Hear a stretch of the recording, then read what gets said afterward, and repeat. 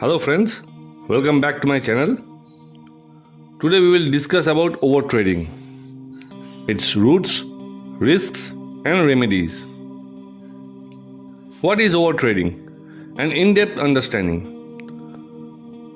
Overtrading is not just frequent buying and selling. It is trading beyond your plan's intent or your system's capability.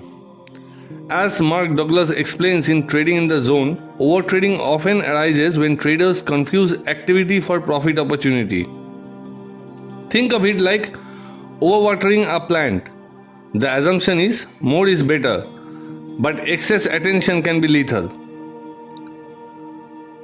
Takeaways. Overtrading is trading outside your strategy or edge, typically fueled by emotion or faulty thinking. The hidden psychology of overtrading. Let's explore the psychological architecture underneath overtrading. Classic works such as The Disciplined Trader by Mark Douglas and The Trading Psychology 2.0 by Brett Steenbarger reveals that traders' mind succumbs to well-known traps. Ego involvement, the need to be right in the market, leading to fight trends or doubling down on positions. Dopamine addiction. Trading becomes a dopamine-driven compulsion, akin to gambling. Illusion of control. Belief that more traders equates to better result, which is rarely the case. Financial pressure. The temptation to overtrade for quick profits when facing bills or losses. Real life illustrations. In Reminiscence of a Stock Operator, Jesse Livermore describes how his worst losses stemmed from trading out of boredom or pressure, not from opportunity. The multifaceted consequences of overtrading. The cost penetrated deeper than just the trading account balance. Monetary losses. Every trade incurs slippage, spread and commissions. The more you trade, the more you pay, writes Jack Schwager in The Market Wizards. Loss of objectivity. Overtrading muddies the mental waters, makes it harder to see setups clearly. Chronic fatigue. Too much screen time can lead to what Alexander Elders called decision fatigue in Come Into My Trading Room. Self-trust erosion. Each time you deviate from your rules, you weaken your psychological defenses, making future discipline more difficult. Statistical notes. Studies in the Journal of Finance have shown that frequent traders consistently underperform more patient investors after fees and taxes. Red flags. How to know if you are overtrading? Expand your self-diagnosis toolkit with these additional signals. Your experience regret immediately after placing trades.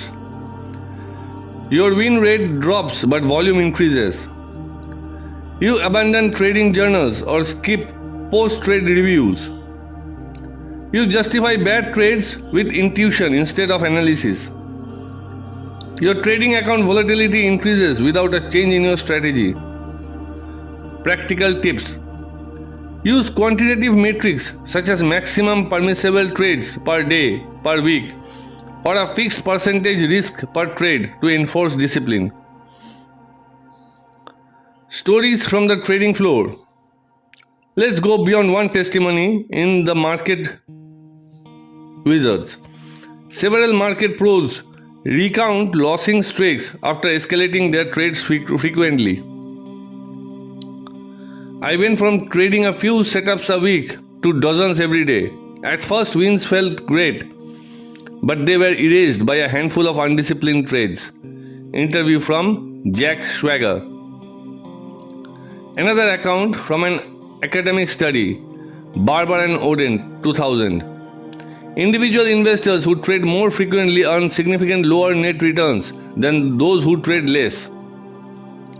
Solutions and preventive frameworks. Beyond generic advice, let's outshine proven strategies.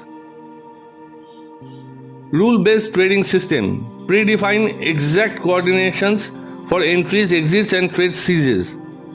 Automate with alerts or execution algorithm where possible. Trade frequency limits. Impose a hard cap, example, no more than X trades per day, per week. Pre-trade checklist. Always ask, does this setup fit my plan? What is my risk reward? Is my motive sound or am I reacting emotionally? Scheduled reviews. Weekly autopsies of your trades help identify overtrading patterns. Accountability partner.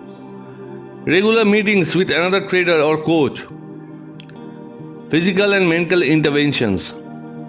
Setting alarms to step away, practicing breath work, or even using trading apps that lock you out after too many trades. Practical exercises to stop overtrading. Mindfulness drill. Before each session, write down how you are feeling, track mood versus trade quality over time. Visualization. Imagine letting a trade go or sitting out for a day. Visualize the market moving without you and being okay with it. Simulation. Trade on a demo account with strict frequency limits. Get used to not being in the market constantly. Pulling it all together. Overtrading is rarely cured overnight. It requires ongoing vigilance, framework, and sometimes outside help. What separates profitable traders is not their ability to predict markets, but their self-mastery and willingness to not trade when the edge is missing. As Alexander Elder says, the market will be there tomorrow. Your capital and your psychological well-being are more important than any single trade. Final reflection. Discipline beats hustle. Guard your bandwidth and your bankroll.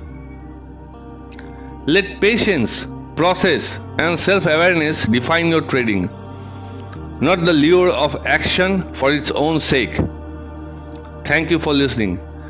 May your trades be few, patient, and wise.